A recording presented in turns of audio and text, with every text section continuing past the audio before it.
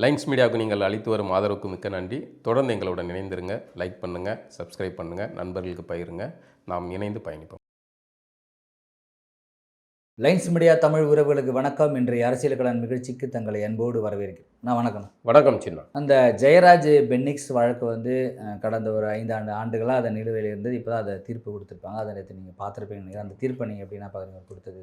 இல்லை, ஒரு வகையில் நம்ம மரண தண்டனையை ஒரு பக்கம் எதிர்க்கிற மனநிலை இருந்தாலும் கூட இந்த மாதிரியான தண்டனைகள் கொடுக்க வேண்டிய சூழலை காவல்துறையினர் உருவாக்கிட்டாங்க. இந்த தந்தை மகன் கொலை வழக்குங்கிறது தமிழகத்தையே பெரிய அளவில் அதிர்ச்சிக்குள்ளாக்குனது. ஏகப்பட்ட இதுக்கு முன்னாடியும் காவல் நிலைய மரணங்கள் நடந்தாலும் கூட இந்த மரணம் அது சம்மந்தமான ஒரு விழிப்புணர்வை உண்டு பண்ணியது. காவலர்களுடைய கொடூரமான முகத்தை தமிழர்களிடம் அது பேசுபொருளாக மாற்றியது. அப்படிங்கும்போது எல்லாருக்குமே ஒரு கோபம் இருந்தது, இந்த இவர்களுக்கு சரியான தண்டனை. அதில் பல விஷயங்கள் நடந்தது. அந்த காவலர் ரேவதியில் ஆரம்பித்து செவிலியர்கள் நிறைய பேர் இது பண்ணியிருக்காங்க. இவர்கள் எல்லாருமே மனசாட்சியின் அடிப்படையில் அந்த கொலையை கொலை அப்படிங்கிறதில் சொல்கிறதில்ல அவர்கள் ஏதோ ஒரு வகையில் பங்கு வகித்ததுனால இந்த காவலர்களுக்கு தண்டனை நீதியரசர் முத்துக்குமாரன் அவர்கள் உறுதிப்படுத்தியிருக்கார்.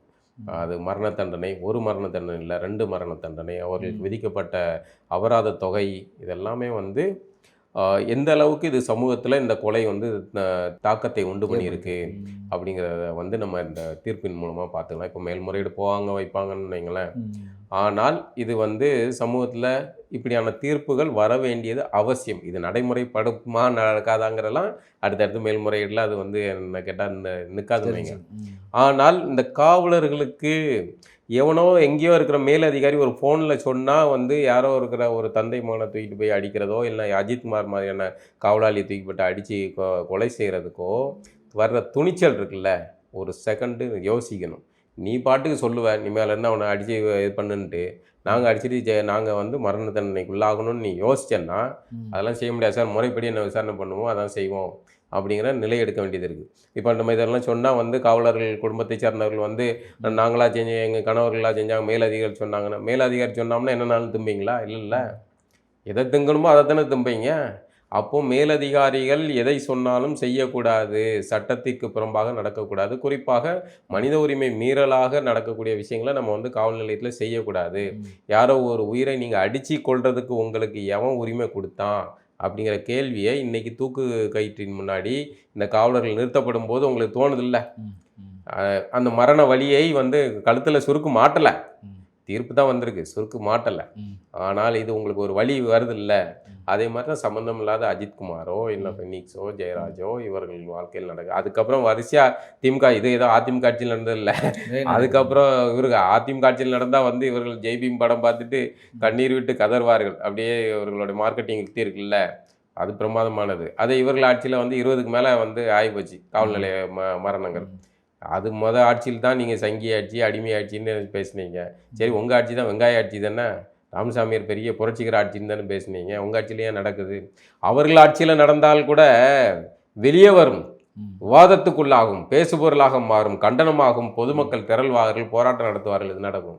திமுக ஆட்சியில் அப்படி ஒரு சம்பவம் நடந்தாலே நடந்த மாதிரியே இல்லாத மாதிரியே அப்படி எல்லா ரைட்டப் கருத்து கத்தசாமிகள்லாம் ஆஃப்லைன் மோடுக்கு போய் காணாமல் போய் ஈரான் யுத்தத்தில் மறைஞ்சிருவாங்க போல இருக்குது. எல்லாம் அப்படியே மாயமாயிருவாங்கல்ல, பேசு பொருளே இல்லாது. எது ஆபத்தானது? இந்த காவல் நிலைய மரணங்களுக்கு அதிமுக திமுக அப்படிலாம் இல்லை, இது அதிகார மமதையில் வர்றது, அந்த காவலர்களுடைய அந்த காவலர்கள் மனநிலையில் நம்ம இருந்து பார்த்தோம்னா, நாங்கள் நான் இந்த வழக்கில் இல்லை, ஒரு சில வழக்குகளில் நான் சொல்கிறேன், ஹையரார்கி சொல்கிறதா நம்ம செய்ய முடியுதா இருக்குது. யாருமே ஹையரார்கியை பார்த்து நீங்கள் கேள்வி எழுப்ப மாட்டேங்கிறீங்க, கீழ்நிலை அதிகாரிகளை பார்த்து நீங்கள் கேட்குறீங்க. அது தண்டனையெல்லாம் எங்களுக்கு தான் கிடைக்குது.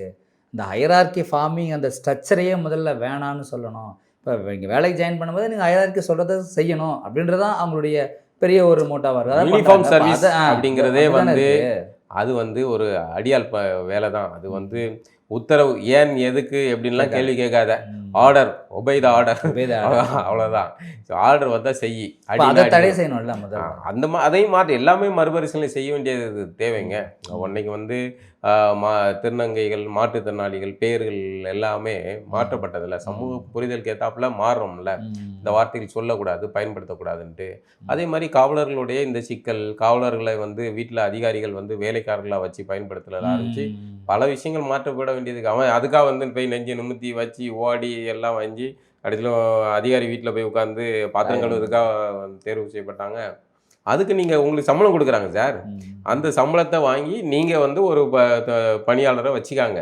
வீட்டில் வந்து வீட்டு பணிக்கு செய்கிறதுக்கு ஆள்கள் வெளியே இருப்பாங்க, அவங்கள பணியில் வச்சுக்காங்க. எதுக்கு காவலர்களை வைக்கணும் அப்படிங்கிற பல சிக்கல்களுக்கு பேசப்பட வேண்டியது. ஆனால் இந்த விஷயத்தில் நம்ம வந்து அதிகாரிகள் சொன்னாங்கிறதுக்காக எதனாலும் நீங்கள் செய்யாதீங்க அப்படிங்கிறதுக்கு இந்த தீர்ப்பு ஒரு எல்லா காவல்துறையிலையும் அந்த இன்ஸ்பெக்டர் சரி, ஒரு டிஎஸ்பி, ஏடிஎஸ்பி, டிஜிபி எல்லாருமே ஒரு சின்ன குறுநிலை மன்னர்களாக ஒரு அதிகார வர்க்கத்தோடு இருக்கும்போது அந்த மக்களை வந்து அவங்க ஈஸியாக வந்து என்ன வேணாலும் பண்ணலாம் அப்படின்ற மனநிலை தான் காவலர்கள் இருக்காங்க. பொதுமக்கள் வந்து தைரியமாக காவல் நிலையத்துக்கு போயிட்டு அவங்க குற்றங்களை சொல்லிட்டு அவங்களுக்கு எதாவது நீதி கிடைக்குன்ற நம்பிக்கையே இல்லை. அப்படிதான் எல்லா காவல்துறையும் இருக்குது அப்படின்னு சொல்கிறாங்க. அது பொதுவாக காவல் நிலையத்துக்கு போகிறதுங்கிறது ஒரு நடுத்தர மக்களுக்கு அல்லது சாதாரண எளிய மனிதர்களுக்கு ஒரு அச்சத்துக்குரியது. ஏதாவது நமக்கு ஒரு சோர்ஸ் இருக்குது, கான்டாக்ட் இருக்குது அப்படின்னா மட்டும்தான் நீங்கள் அணுக முடியும். இல்லைன்னா அது வந்து காவல் நிலையத்தை மிதிக்கிறது அப்படிங்கிறதே உங்களுக்கு வந்து பேராபத்தாக இருக்கிற சூழலை தான் இருக்குது. அதில் நிஜமாக பாதிக்கப்பட்டவர்களால் அந்த தங்களுக்கு நடந்த அநீதியை சொல்லி தீர்வு பெற முடியாது. ஆனால் ஏதோ ஒரு கூட்டம் வந்து 10 பேர் 20 பேர் சேர்ந்துட்டு அவங்க ஒரு கொடியை பிடிச்சி கோஷம் போட்டு வழக்கு செய்ய அப்படின்னு பொய் வழக்கம் போடுறதும் நடக்குது. இப்படி பல விஷயங்கள் நடக்குதுன்னு வைங்களேன். காவலர்களுக்கு நிறைய சிக்கல் இருக்குது. அதே சமயம் இந்த மாதிரியான அராஜக தன்மையாக இன்னொருவருடைய உயிரை பறிக்கும் வகையில் வந்து அடித்து துன்புறுத்தி கொலை செய்கிற நிலைக்கு வந்து காவலர்கள் அது மனநிலை மாற்றம் தேவை. இந்த தீர்ப்பு வந்து அடுத்த இந்த மாதிரி குற்றங்கள் எதுவும் நடக்கக்கூடாது, எங்களை மாதிரி எளிய மக்களுக்கும் இந்த நீதி கிடைக்கும் அப்படின்றத அந்த தரப்பு அவங்க மக்கள் வந்து அவங்க சொல்லியிருக்காங்க. அந்த குடும்பம் பாதிக்கப்பட்டவங்க சொல்லியிருக்காங்க. இது வந்து அடுத்து காவல்துறைக்கு வந்து இல்லை இது மாதிரி பண்ணுறதுக்கு அவங்களுக்கு ஒரு பயம் இருக்கும், நம்ம பண்ணக்கூடாதுன்ற ஒரு மனநிலை வர்றதுக்கான வாய்ப்பு இருக்குமா? அது இல்லை, வாய்ப்பு இருக்குன்னு தான் நம்ம சமூகம் நம்புது. ஒரு முறையும் தீர்ப்பு வரும்போது அப்படிதான் நம்புகிறாங்க. இப்போ பாருங்களேன், அந்த சாத்தாங்குளம் சம்பவம் நடந்தப்போ எவ்வளோ ஊடகங்களில் எவ்வளோ விவாதங்கள் ஆச்சு, பேசு பொருளாச்சு, எவ்வளோ டிபேட் போச்சு, எல்லாரும் கடுமையாக விமர்சனம் பண்ணாங்கல்ல. அதை பார்த்துருப்பாங்கள்ல. இந்த அஜித்குமார் கொலை வழக்கில் ஈடுபட்ட அந்த காவலர்கள் 5 பேர் பார்த்துருப்பாங்கல்ல. இது சமூகத்தில் வந்து இது கண்டனத்துக்குரியது. ஆனால் வந்து திரும்ப ஒரு அப்பாவி கிடைச்சோன்னா அடித்து கொள்றதுக்கான மனநிலை எப்படி வருது? அப்போ என்னன்னா, நாம அதிகாரத்தின் நெருக்கத்தில் இருக்கோம் அல்லது அதிகாரத்தோட இருக்கிறோம். நம்மளுடைய லத்தி வந்து அதிகாரத்துக்கானது, நம்ம எவரனாலும் செய்யலாம் அப்படிங்கிற மனநிலை. இந்த மனநிலை மாறாத வரைக்கும் நீங்கள் வந்து எத்தனை தீர்ப்புகள் இருந்தாலும் அந்த தீர்ப்பு அன்றைக்கு அது விவாத பொருளாக பேச பொருளாக மாறுமே இல்லையே. மற்றபடி அது வந்து சிந்தனையில் மாற்றம் வராத வரைக்கும் எதுவுமே சாத்தியம் கிடையாது. அது இல்லாமல் ஒருத்தங்களை தூக்கில் போட்டுறதுனாலேயே வந்து ஒரு குற்றங்கள் நிறுத்தப்படுமானா கிடையாது. அந்த நேரத்தில் நமக்கு ஒரு ஆத்திர மனநிலை இதாகும் இல்லாமல் இல்லையா, அது தீர்வாகவும் முடியாது. இது சிந்தனையில் மாற வேண்டிய அவசியம் உள்ளது. ஆனால் ஒரு சமூகத்தில் ஒரு அச்சத்தை உருவாக்குறதுக்கு இந்த மாதிரியான அதிகார துஷ்பிரயோகம் செய்பவர்களுக்கு ஒரு அச்சம் உருவாகிறதுக்கு இந்த தீர்ப்புகள் சரியாக இருக்கும். இந்த 2026 தேர்தலில் நிறைய வினோதங்கள் நடக்குது. அந்த மாதிரி நடந்த வினோதத்தில் புதுசாக வந்து கமலஹாசன் அவர்கள் வந்து இந்த வேட்புமனு வாங்கும் போது அந்த வேட்புமனு சேர்ந்து நம்ம அவங்கவுங்க காசு கொடுப்பாங்க. எவ்வளோ அந்த கட்சி எவ்வளோ சொல்கிறாங்களோ நிர்ணயம் பண்ணி அதை கொடுப்பாங்க. கமலஹாசன்னாலே வினோதம் தானே. அதாவது அன்னைக்கு தான் வீட்டில் தான் பையன் பேசிக்கிட்டு இருக்கும்போது சின்ன பையன் என்னமோ சொல்லியிருந்தான், ஏன்டா கமல் மாதிரி எதுவும் புரியாத மாதிரி பேசிக்கிட்டு இருந்தா, என்னடா பொசுக்குடா ஒரு எவ்வளோ பெரிய நடிகர்னா பொசுக்குன்னு இப்படி சொல்லிவிட்டேன்னா. அதை மாதிரி அவர் பேசுறது மட்டும் தான் எவனுக்கும் புரியாது, அவர் போடுற டியூட்டு அவனுக்கு புரியாது. முடிச்சதுக்கப்புறம் 6 மாதம் கழிச்சு தான் அதை ஆய்வு பண்ணி எல்லாமே சோழி முடிஞ்சா சுற்றிக்கிட்டே இருக்க போகிறாங்க. இப்போ பார்லிமெண்ட்டில் போய் பேசி அங்கே ஏற்கனவே இங்கே தமிழில் பேசினாலும் ஒரு பேருக்கும் புரியாது. இப்போ அங்கே போய் அவர் பேசி அவனும் அங்கே வடக்கிறக்கணும், நீங்கள் மட்டும் தண்டான்னு வச்சிங்க, வடக்கிறக்கணும்னு செத்தான் முடிஞ்சு போச்சு அப்படிங்கிற மாதிரி இருக்கிற ஒரு கேரக்டரு. இப்போது இந்த தீர்ப்பு பற்றியும் அவர் ஒரு டைலாக் போட்டிருக்காப்புல. அதை நேரடியாக சொல்லலை, எதிர்க்கலை. அதே விஷயம் ஆட்சியாளர்களையும் குற்றம் சொல்லணும், இப்படியும் பல வகையிலே சொல்லிட்டு இந்த விஷயத்தில் வந்துடுவோமே, அவருடைய கட்சியில் நீங்கள் போட்டி இல்லை, உங்களுக்கு சீட்டு கிடையாது, சீட்டு இல்லை, அப்புறம் என்ன வெங்காயத்துக்கு நீங்கள் வந்து வேட்பு மனு தாக்கல் பண்ணுறதுக்கு, அதுவும் வந்து ஒரு 500 ரூபா 100 ரூபா அந்த சொல்லலாம் கிடையாது. நாங்கள் வந்து நடிகர் கட்சி, அவர் ரேஞ்சே வேறு. அப்போ அதுக்கு 50,000 ரூபா 60 பேர் இது வரைக்கும் கொடுத்துருக்காங்க. அப்படின்னா நல்ல மனசு அப்படின்னா என்ன பண்ணணும், கொடுத்துருங்க. திரும்ப கொடுக்கணும். இது வந்து கட்சி ஒன்வே, நிதிக்காக நான் பயன்படுத்துகிறேன். இது ஒன்வே மட்டும்தான். உள்ள வருமா, அவுட் கோயிங் கிடையாது, வெளியே போகாது. என்ன மாதிரியான அரசியல் இது? எவ்வளவு கேவலமா இருக்கு கமல் சார் வாழ் நீங்க பண்றது. உங்க கட்சியில முதல்ல உங்க கட்சியில ஆள்கள் இருக்கிறதே ஆச்சரியத்துக்குரியது. 4-5 பேர் இருக்காங்க. ஏன்னா நீங்களே டார்ச் லைட் எல்லாம் தூக்கி எறிஞ்சு முடிஞ்சு போயிட்டு நீங்க அண்ணா அறிவாலயத்துல போய் நீங்க வந்து சொம்பு தூக்கிட்டு இருக்கீங்க. இந்த லட்சத்துல வந்து உங்க கட்சியில எவ்வளோ மிச்சம் பேர் இருக்கான்னா நியாயப்படி நீங்க தான் அவனுக்கு 50,000 ரூபா கொடுத்துருக்கணும். இதுல அவங்கள்ட்ட இருந்து வாங்கின 50,000 திரும்ப கொடுக்க முடியாதுன்னா இது ஒரு வகையான நூதன மோசடி. கமல் அவர்கள் செய்த தேர்தலில் கட்சி நிதிக்காக நான் பயன்படுத்துறேன். அப்ப கட்சி நிதின்னு நேரா கட்சி நிதி கொடுங்கப்பான்னு கேட்டா ஒருத்தர் 100 ரூபா கொடுத்துருப்பான், 500 ரூபா கொடுத்துருப்பான், 1000 ரூபா கொடுத்துருப்பான். என்ன காரணம் சொல்லி கேட்டீங்களோ அதை செய்யணும். இப்ப வேட்புமனுன்னு நீங்க போட்டி இல்லைன்னா வேட்புமனு எதுக்கு வந்து வாங்கினீங்க, கொடுத்தீங்க, இஷ்யூ பண்ணீங்க? அப்ப இது ஒரு வகையான பல வகையான மோசடிகளை இது பார்த்துரும். சதுரங்க வேண்டிய படங்களை பல இது வந்து வினோதமான மோசடியா இருக்கு. நூதன மோசடி கமல் அவர்கள் செய்தது. மனசாட்சியுடன் நியாயப்படி நீங்கள் அந்த காசுக்கு வட்டி முதல்மா கொடுத்துருங்க. அப்படி இல்லைன்னா உங்கள் கட்சியில் இவ்வளோ பேர் 60 பேர் இருக்கான், வேட்புமனு தாக்கல் பண்ணியிருக்கான், அந்த நன்றிக்காக அது கூட ஒரு 10,000 வச்சு கொடுத்துருங்க கமல். ஸ்டாலின் அவர்கள் வந்து மோடி கூட ரகசிய தொடர்பில் இருக்காரு அப்படின்னு மம்தா பானர்ஜி சொல்லியிருக்காங்க. அவங்களும் இந்தியா கூட்டணியில் இருந்தாங்க. அவங்க ஒரு சில காரணங்களால் நான் தனியாக இருந்துக்கிறேன் அப்படின்னு சொன்னாங்க. திடீர்னு மம்தா ஏன் வந்து ஸ்டாலினை இப்படி சொல்கிறாங்க அப்படின்னு ஒரு பெரிய பேசுபொருளாக இருக்குது. இதனால காங்கிரஸ் ஏதோ வந்து வேற கட்சியை சொன்னா வேற, இவர்கள் வேற பாஜகவை எதிர்க்கக்கூடிய ஒரே டேக்லைன் நாங்க தான் அப்படிங்கிற மாதிரி இங்க ஊட்டிக்கிட்டு இருக்காங்கல்ல. இந்த கம்பெனி சீக்கிரட்டை கடைசியில் மேற்கு வங்கத்தில் இருக்கிற மம்தா அக்கா வந்து கண்டுபிடிச்சி அவங்க சொல்றாங்க. இதை அந்த ரமணா படத்துல வந்து எலெக்ஷன் தேர்தல் டைம்ல இதை சொல்றதுனால இது ஏதாவது ஒரு தாக்கம் இருக்கும்ல? கண்டிப்பா தாக்கம் இருக்கதான் செய்யும். அதுவும் வந்து மேற்கு வங்கத்தில் இருக்கிற ஒரு தலைவர் திமுக சொல்ல வேண்டிய தேவையில்லைல்ல. இப்போ அவங்களுக்கு வந்து திமுக சொல்லணும்னு ஏதாவது இது இருக்கா? மேற்கு வங்கத்தில் சொன்னா வந்து ஓட்டு கிடைக்க போதா? இல்லை. ஆனால் அவர் வந்து உணர்கிறார், கண்டுபிடிக்கிறார். என்னடா வந்து எல்லா மாநிலத்துக்காரனுக்கும் நெருக்கடி வருது, எல்லா மாநிலத்தில் இருக்கிற அந்த எதிர்கட்சி ஆள்கள் எல்லாத்துக்கும், முதல்வர் எல்லாத்துக்கும் நெருக்கடி வருது. தூக்கி உள்ள அரவிந்த் கெஜ்ரிவால்ல இருந்து எல்லாத்தையும் தூக்கி உள்ள வச்சு விடுறாங்க. ஆனால் இவர்களுக்கு மட்டும் வர மாட்டேங்க. வந்தாலும் ஏதாவது இடி ரைடுன்னு வருது, 1000 கோடி ஊழல்னு பேசுறாங்க. மறுநாளே வெள்ளை கொடையை தூக்கிட்டு அப்பாவும் பையனும் டெல்லிக்கு பறந்துடுறாங்க. உடனே முடிஞ்சு போயிடுது. இல்லைன்னா வந்து அவர் நாயுடு கை பாய் சந்திரபாபு கை கிட்ட போய் உட்கார்ந்து பேசுறாங்க. டீலிங் முடிஞ்சிருது, அமைதியாயிருது. அப்போ என்ன டீலிங் அப்படின்னு அக்கா யோசிச்சிருக்கும் போல இருக்கு. அதனால கண்டுபிடிச்சி சொல்லியிருக்காங்க. இதை வந்து நம்ம பலமுறை வந்து கார்ட்டூன்லையும் சொல்லிட்டோம், இதுலையும் சொல்லிட்டோம். திமுக வந்து பாஜகவுக்கு நன்றி கடன் பட்டிருக்கு. அதான் உண்மை. இவர்கள் 2 பேரும் ரகசிய தொடர்பில் இருக்காங்க. உண்மையிலே மற்றவனை எல்லாம் ஊரில் இருக்கவனெல்லாம் பார்த்து பி டீம் சொல்கிறாங்கல்ல, ஏ டீம்ங்கிறத அதை சொல்லலை. திமுக தான் ஏ டீம், நமக்கு வந்து கரெக்டாக தான் சொல்லியிருக்காங்க. அதனால அவங்க பி டீமை மட்டும் தான் சொன்னாங்க. ஏப்பா நாங்கள் ஏ டீம்ங்கிறத அவங்க சொல்லலை. நீங்களாம் திமுக என்பது பாஜகவின் ஏ டீம். என்ன கேட்டால் அதிமுகவை விட திமுக தான் பாஜகவின் விசுவாசமான அடிமை, விசுவாசமான தொழிலாளி, விசுவாசமான சேவகன்.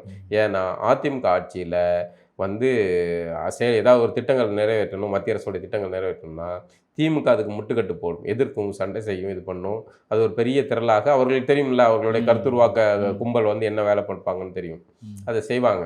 அப்போ அதிமுக ஆட்சியில் வச்சுக்கிட்டு ஒவ்வொரு முறையும் இதை செய்கிறதுக்கு போராடிக்கிட்டு வச்சுக்கிட்டு முண்டி அடிக்கிறதுக்கு பதில் திமுக இருந்தால் அது விசுவாசமாக செஞ்சிடும். அதை வந்து கருத்தியலாக தர்க்க ரீதியாக ஒரு அயோக்கியத்தனத்தை செய்யணும், நியாயப்படுத்துகிற யுக்தியை திமுக இருக்கு. அப்போ யார் உங்களுக்கு சிறந்த அடிமை? என்ன கேட்டால் அதிமுக கூட பாஜக வேகமாக போய் ஆளுக்கு முதல்ல போய் கூட்டணி வச்சதுக்கு முதன்மையான காரணம் அதிமுக கூட வேற யாரும் கூட்டணி வந்துடக்கூடாது அப்படிங்கிறதுக்காக கூட்டணி வச்சுட்டு திமுக கூட்டணியை பாதுகாக்கிறது. இப்போ அதிமுக பாஜக வந்த பிறகு அங்கிருந்து கம்யூனிஸ்டுகள் பேச முடியாது, விசிகா பேச முடியாது, காங்கிரஸ் பேச முடியாது, விஜய் பேச முடியாது. தேர்தலுக்கு முன்னாடியே எவ்வளவு சீக்கிரம் வைக்க வேண்டிய தேவை என்ன இருக்கு? அதுதான் யோசனை, சந்தேகம். அப்போ அதன்படி தான் நடக்குது. இந்த அடுத்த இதுலேயும் வந்து திமுகவை கொண்டு வந்தால் நமக்கு விசுவாசமான வேலைகளை செய்து கொடுப்பார்கள் அப்படிங்கிறது தான். இது பல இதில் மோடி மஸ்தான் வேலையே தான். கீரியும் பாம்பை மோத விடுறன்னு சொல்லியே வந்து கூட்டத்தை கூட்டி காசு போய்ப்பாங்கல்ல, அந்த வேலை தமிழ்நாட்டில் நடக்குது. அதை மம்தா பானர்ஜி மேற்கு வங்கத்திலிருந்து கண்டுபிடிச்சு சொல்லியிருக்காங்க. இங்கே இருக்க இஸ்லாமிய சகோதரர்களும் கிறிஸ்துவ சகோதரர்களும் உங்களை வந்து பாஜக காட்டி ஏமாற்றி மோடி மஸ்தான் வேலையை செஞ்சுக்கிட்டு இருக்காங்க, அலர்ட்டாக இருந்திருக்காங்க.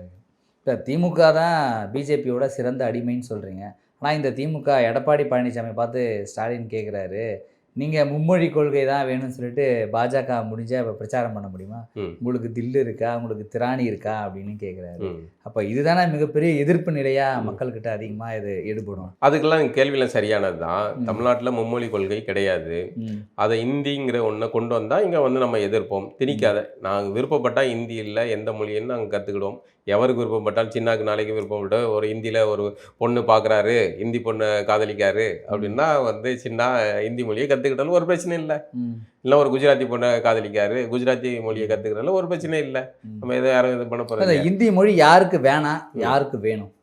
ஹிந்தி மொழி யாருக்கு வேணும்னா எவருக்கு அந்த தேவை இருக்கோ. இப்போ வடக்க போகிறாங்க, பணம் இருக்கிறவன் நிறைய எங்கிட்ட செல்வ செழிப்பாக இருக்கிறவன் பெரிய பெரிய சிபிஎஸ்சி பள்ளிகளில் இன்டர்நேஷ்னல் ஸ்கூலில் சேர்ந்து அவன் ஹிந்தி வேணும்னு அவன் கற்றுக்கிறான், ஓகே.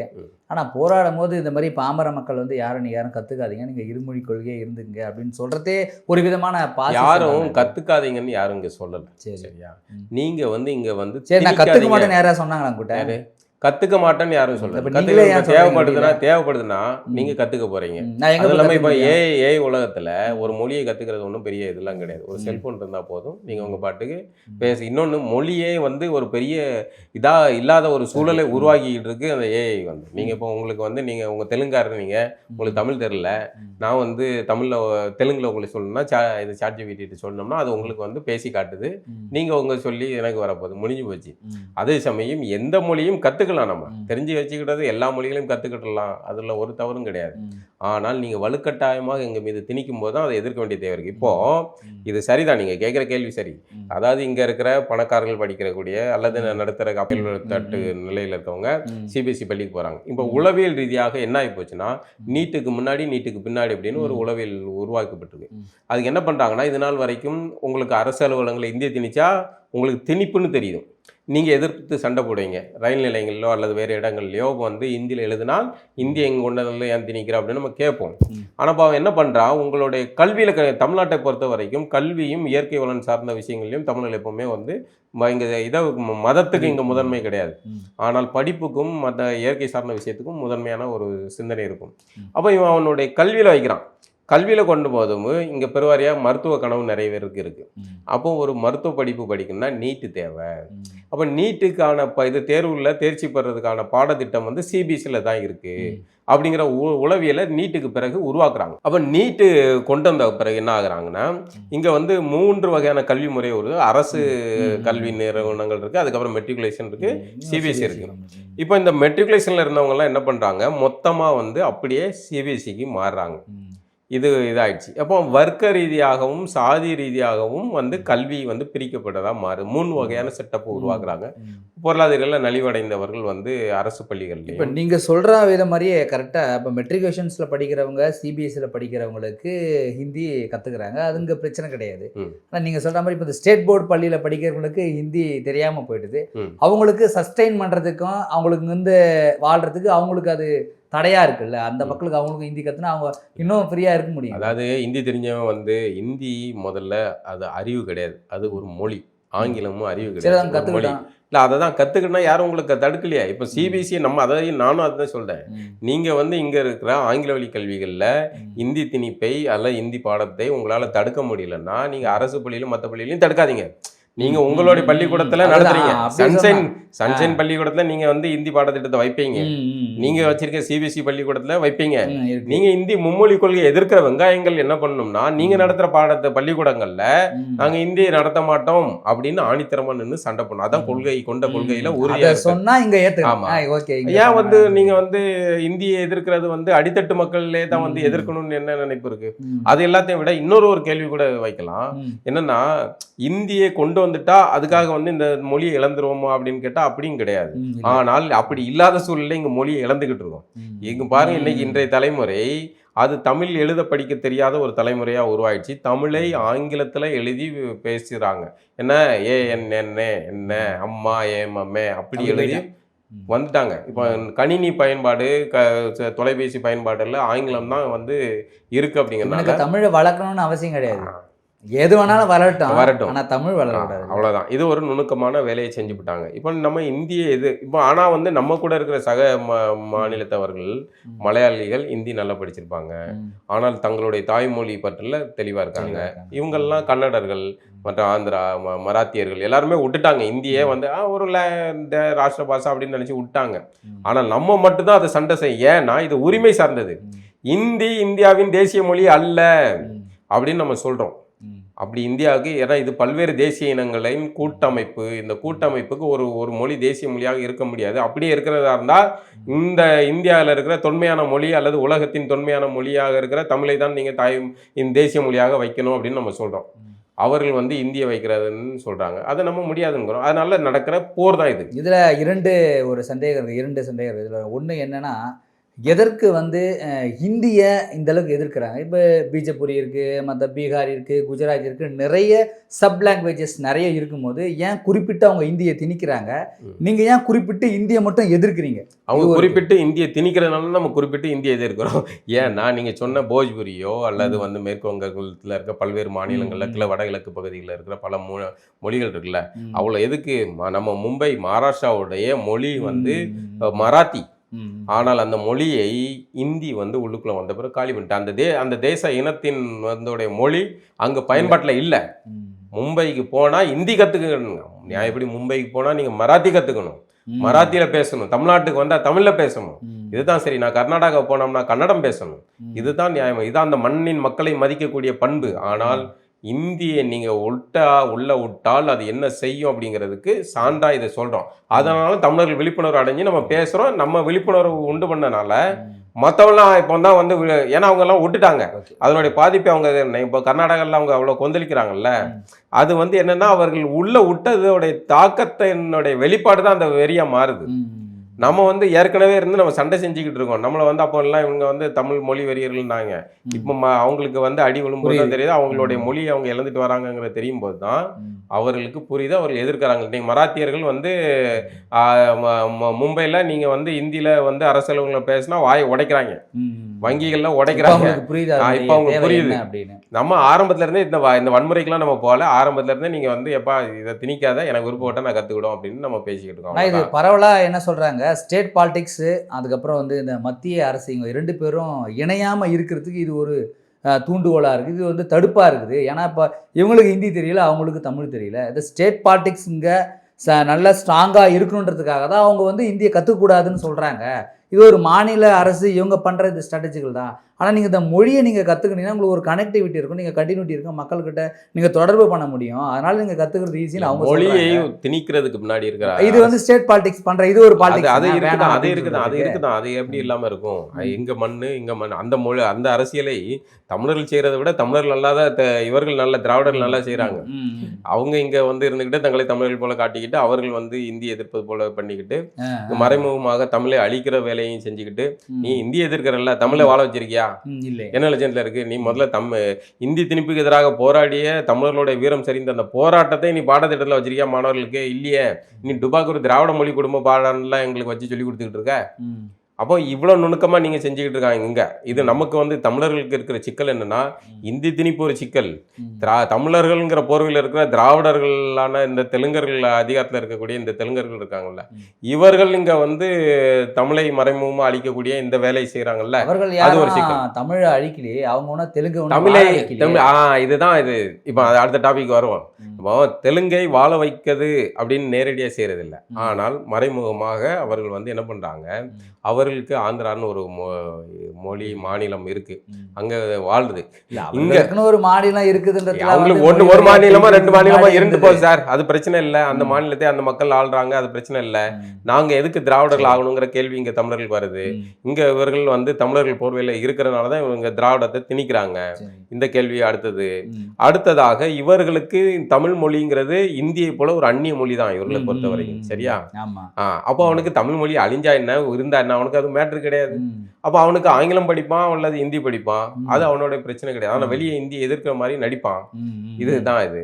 அப்போ இங்கே வந்து உண்மையிலே இந்த நிலத்தை தமிழர்கள் ஆள்றாங்க, தமிழர்களுடைய கருத்தியல் சிந்தனை ஆள்கிறது, தமிழ் மொழியின் வளர்ச்சியை சிந்திக்கிற கொண்ட கூட்டம் ஆளுகிறது என்றால் அது தமிழினத்தின் வளர்ச்சியை நோக்கி தமிழ் மொழியின் வளர்ச்சியை முதன்மையாக பேசும். ஆனால் இங்க வந்து தமிழ் மொழி ஆராய்ச்சி நிறுவனத்துக்கு தலைவரை தெலுங்கரா கொண்டு போய் போட்டீங்கன்னா, செம்மொழி மொழி ஆராய்ச்சி நிறுவனத்துல இந்திய ஒரு பாடமா வைக்கிறாங்க. உடனே இங்க வந்து இந்த திராவிட கூட்டம் வந்து கொஞ்சம் எப்படி இந்தியை வைக்கலாம்னு கொந்தளிச்சு இது பண்ணோடனே என்ன பண்ணாங்க, அப்ப வேற ஒரு பாடம் வைக்கணும் அப்படின்னா தெலுங்கு வச்சுட்டாங்க. இல்லை காணா போயிட்டாங்க. எங்கடா இங்க இந்த கூட்டத்தை காணும், எங்களுக்கு ஹிந்தி தான் கேட்டுங்க, ஐ லவ் தெலுங்குங்க. அது மாதிரி நுணுக்கமா இப்போ அதே இதோட தொடர்ச்சியா பாருங்களேன்.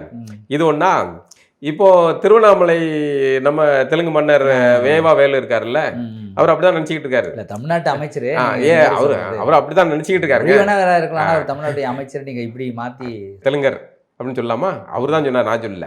அங்க உள்ள கோயில்ல வந்து தெலுங்கு நீங்க பாத்தீங்க, ஒரு நடிகை கூட புகைப்படம் போட்டா வெளியே எல்லாமே வந்து பரவலா தெலுங்கு மக்கள் அங்க அதிகமா வராங்க, நாங்க தெலுங்கு வச்சிருக்கோம், என்ன தப்பு? சரி, இப்ப இந்த கேள்வி இது சரி, நான் இந்திக்காரங்க நிறைய வர்றாங்க அப்படின்னா இந்தியில வைக்கலாம் தானே, வைக்கலாமா இல்லையா? அப்போ அவர்கள் வர்றதுக்கு வசதியாக நீங்க இங்க மும்மொழி கொள்கையை உருவாக்குறீங்களா? உங்களுக்கு இந்தி வந்தால்தான் மும்மொழி கொள்கை எதிர்ப்பு, தெலுங்கு வந்தா எதிர்க்க மாட்டீங்க. தெலுங்கு வந்தா அது மும்மொழி கொள்கையில வருதா இல்லையா சார்? தமிழ்நாட்டில் தமிழும் ஆங்கிலம் தான் தொடர்பு மொழிக்கு, நமக்கு ஆங்கிலம் இங்கே வந்து பேச்சு மொழியாகவும் உறவு மொழியாகவும் இருக்குது தமிழ் தான். அப்போ இதுக்கு மாறாக நீங்க இன்னொரு நமக்கு பங்காளி, அதனால அக்செப்ட் பண்ணிக்கிடுவீங்க. அதை ஏன்னா நீங்க ஆள்றீங்க, எங்களை ஆள்றீங்க, அதனால உங்களுக்கு இந்த கோயில் மட்டும் இல்ல, திருவண்ணாமலை கோவில் சுத்தி வணிகத்துக்கு ஒரு வணிக கடைக்காரர் வைக்கிறதே தவறு, அது ஒரு அரசு அனுமதிக்க கூடாது, வைக்கக்கூடாது. ஆனால் நீங்க அதை வைக்கிறீங்க, அது வேற, அது தனிநபர்களுக்குள்ளதான் பேரு. ஆனால் கோவிலுக்குள்ள எப்படி வைச்சீங்க? நீங்க கோவிலுக்குள்ள எப்படி நீங்க தெலுங்கை கொண்டு வர முடியும்? அது கேள்வி வருது இல்ல. அடுத்ததாக இந்த கோயில் மட்டும் இல்ல, நான் இப்போ ஒருத்தர் பிரேம்குமார் அசோகன் சகோதரர் போட்டிருக்காரு குன்றத்தூர் முருகன் கோயில்ல, அதுல என்ன நடந்திருக்குன்னா, இப்ப அது தெலுங்குல எழுதியிருந்தா வந்து வெளியே தெரிஞ்சிருக்காது. நம்மளால எது ஒண்ணுத்தை எழுதியிருக்காங்க, நம்மளுக்கு தான் அலர்ட் கிடையாது இல்ல, தமிழனுக்கு என்னமோ எழுதியிருக்காங்கன்ட்டு போயிடுவான். இப்ப அதுல தெலுங்கில் டெம்பிள் பெயர்னு எவ்வளவு எழுதி கொடுத்துருக்கான், பெயிண்டருக்கு எழுதி கொடுத்துருக்கான், இன்ஸ்ட்ரக்ஷன் கொடுக்குறான். ஆமா, இப்ப இந்திய தமிழ்ல இருக்கணும், ஆங்கிலத்துல இருக்கணும் அப்படின்னு எழுதி கொடுத்து தெலுங்குலையும் எழுதி சொல்லியிருக்கான். நம்மால் என்ன பண்றான், பம்மல சம்பந்தங்கிற டைபிஸ்ட் மாதிரி இவன் ஓகே தெலுங்குல எழுதிருக்கான், அவன் தெலுங்கில் டெம்பிள் பெயர்னு எழுதிட்டான், அதையே தமிழ்ல எழுதிட்டான். இப்ப என்ன ஆகுதுன்னா, எழுதி கொடுத்தவனுடைய நோக்கம் என்ன இருக்கு, ஏன் இதுல வந்து தெலுங்குல எழுத சொன்ன, நீ தெலுங்குல அதை எழுத சொன்னது. இப்ப கேட்டா நம்ம தமிழ் எழுதிட்டான், இப்ப நம்ம அதை கேட்டா அவ ஒருவேளை அந்த பெயிண்டரை பாராட்டணும், அவன் நம்மால இருந்திருப்பான். அவன் டேய் அப்படியெல்லாம் பண்றீங்க இருங்கடா வைக்க, அதையும் ஒருத்த பார்க்காம அது அதிகாரி அதையும் தூக்கி போட மாட்டிருக்காங்க. இதை வந்து நம்மளால ஒருத்தர் போய் பார்த்து எந்த அளவு இருக்கு பாருங்க. அறநிலைத்துறை வந்து அறநிலைத்துறை அமைச்சர் தெலுங்கு இருந்த மாதிரி எத்தனை நடக்கும்? இப்போ இதுதான் பாசங்கிறது. உங்க மொழியே நீங்க எங்க சொருக வேண்டிய தேவைன்னு இருக்கு. நீங்க உங்க மனசுக்குள்ள எப்ப நீங்க உங்க தாய்மொழியில, நான் உங்க தாய்மொழியை எந்த வகையிலும் தெலுங்கையோ கன்னடமோ மலையாளமோ எதையுமே நம்ம குறைத்து மாதிரி, அவரவர் தாய்மொழி அவரவருக்கு உயர்ந்தது. ஆனால் அதை எங்க விட்ட நாங்க சொல்றது என்னன்னா, இங்க இருக்கிற தெலுங்கர்கள் கன்னடர்கள் தயவு செய்து உங்க தாய்மொழியில படிங்கன்னு தான் சொல்றோம். உங்க மேல எங்க தாய்மொழி திட்டத்தை தெலுங்குல தான் திட்ட வேண்டியதா இருக்கு, தமிழ்ல தான் திட்ட வேண்டியதா இருக்கு. அப்படி சொல்லுங்க, தமிழ்ல நம்மள திட்டுறது கூட அவங்க தமிழ்ல தான் யூஸ் பண்ண வேண்டியது, தெலுங்குல கூட திட்ட முடிய மாட்டேங்குது. அது எங்களை திட்டுறதுக்காக நீங்க தெலுங்க படிங்கப்பா அப்படின்னு தான் சொல்றோம். அதனால நீங்க உங்க தாய்மொழியை மீட்டெடுங்க. ஆனா நாங்க எங்க தாய்மொழியை தமிழை உங்க மேல வந்து நாங்க இந்த நிலத்துல இருக்கிறனால அதை ஒரு மொழியா நீங்க படிக்க வேண்டியது இருக்கு. மற்றபடி உங்க தாய்மொழி வழி கல்வியில நீங்க படிக்க வேண்டியது அவசியம்ங்கிறோம். இப்போ நீங்க எழுப்பாத கோரிக்கையை நாங்க சொல்றோம், நீங்க தயவு செய்து எந்த வெங்காயங்களுக்காகவும் உங்க தாய்மொழியை இழந்துடாதீங்க. இந்த திராவிட மாயங்கள்லாம் நிறைய பேர் இருக்காங்க, நிறைய இந்த தெலுங்கு செட்டியார் நிறைய பேர் இருக்காங்க. அவங்க சொல்றாங்க, ஓரளவு எங்களுக்கு தெலுங்கு தெரியுது, ஆனா எங்களுக்கு எழுதலாம் தெரியல. அது உங்களுடைய துயரம், உங்களுடைய துர்பாக்கியம். அதுக்கு நாங்க என்ன பண்ண முடியும்? நீங்க உங்க மொழி இழந்துட்டீங்க, தயவு செய்து எங்க மொழியை சொல்லி முடிச்சு விடாங்க. இப்போ உங்க மொழியை நீங்க இழந்ததோட விளைவு, நீங்கள் எங்கள் மொழியும் காலி பண்ணுறதுக்கான வேலையை செஞ்சுக்கிட்டு இருக்கீங்க. இப்போ அடுத்து என்னன்னா திராவிட மொழி அவங்க ரொம்ப தேடிட்டு இருக்காங்கல்ல, கண்டுபிடிக்க முடியல. இப்போ நம்ம தங்கிலீஷை தான் அவங்க வந்து திராவிட மொழின்னு பாங்க. இப்போ நான் சொல்றது உங்களுக்கு நகைச்சுவை தெரியும். ஒரு 100 ஆண்டுகள் கழிச்சு பாருங்க, தமிழை இந்த ஆங்கிலத்தில் எழுதி படிக்கக்கூடிய தலைமுறைன்னு ஒரு கூட்டத்தை உருவாக்குவாங்க. இந்த திராவிட கூட்டம் செய்யும். இப்போ உருவாயின்னு தான் இருக்கு. அது உருவாகிட்டு இருக்குல்ல, இந்த ஜென்சி கிட்ஸு இந்த கூட்டம் உருவாச்சுன்னா இவர்களுக்கு தமிழை எழுத படிக்க தெரியாது. அப்போ என்ன ஆகும்னா இதுதான் திராவிட மொழின்னு நம்மகிட்ட வந்து சொல்லிவிடுப்பாங்க, செய்வாங்க. ஏனால் இன்றைய செய்தி நாளைய வரலாறு என்று நம்மிடம் டுபாக்கூர் வரலாறுகளை போதித்த கூட்டம் இவர்கள். அதனால தமிழர்கள் எப்பவுமே விழிப்புணர்வாக இருக்க வேண்டியது அவசியம். இப்போ வந்து இந்தி மொழிங்கிறது 3வது மொழி அப்படிங்கிற கொள்கை இந்திக்கு எதிரானது மட்டும் இல்லை, இங்கே தெலுங்கை திணிப்பதற்கு எதிரானதாகவும் இருக்க வேண்டும். ஸ்டாலின் அவர்களே நடிக்காதீர்கள். அதனால நீங்க வந்து கோயில்ல அமைச்சரை தெலுங்கர் இந்தியை எதிர்க்கிற மாதிரி நீங்க தெலுங்கு எதிர்க்கணுமா? தெலுங்கு எந்த மொழியும் எதிர்க்க வேண்டியதில்லை, எங்க மேல திணிக்காதீங்கிற அவ்வளவுதான். இங்க கோவில்ல அல்லது இந்தியை திணிப்பது எப்படி தவறோ, கோவில்ல இந்தி மொழியில எழுதுறது தவறோ, அதே மாதிரி நீங்க தெலுங்குல எழுதுவதும் தவறு அப்படிங்கிறது தான் நாங்க சொல்றோம். அந்த நிறைவா ஈரான், இஸ்ரேல், இந்த அமெரிக்கா, இந்த நாடுகள் சேர்ந்த இந்த போர் வந்து ஏறக்குறைய இப்போ முடியும் தருவாயில் முடியும்னு நினைச்சோம். ஆனால் அது வந்து உச்சத்தை தொற்றுக்கு என்ன அசம்பாவிதம் நடக்குமா? உச்சம்ல அது வந்து பெரும் ஆபத்தில் நம்ம நண்பர் ஜோதிடர் கணேசகுமார் அவர்கள் வந்து நம்மகிட்ட பேட்டி கொடுத்திருந்தார்ல, அவர் சொன்னார்ல, சனி செவ்வாய் சூரியன் இந்த கிரக சேர்க்கையின்படி இது வந்து நாள் குறிக்கிறதும் அப்படிதான் இருக்குது, கரெக்டாக கொண்டு வர்றாரு.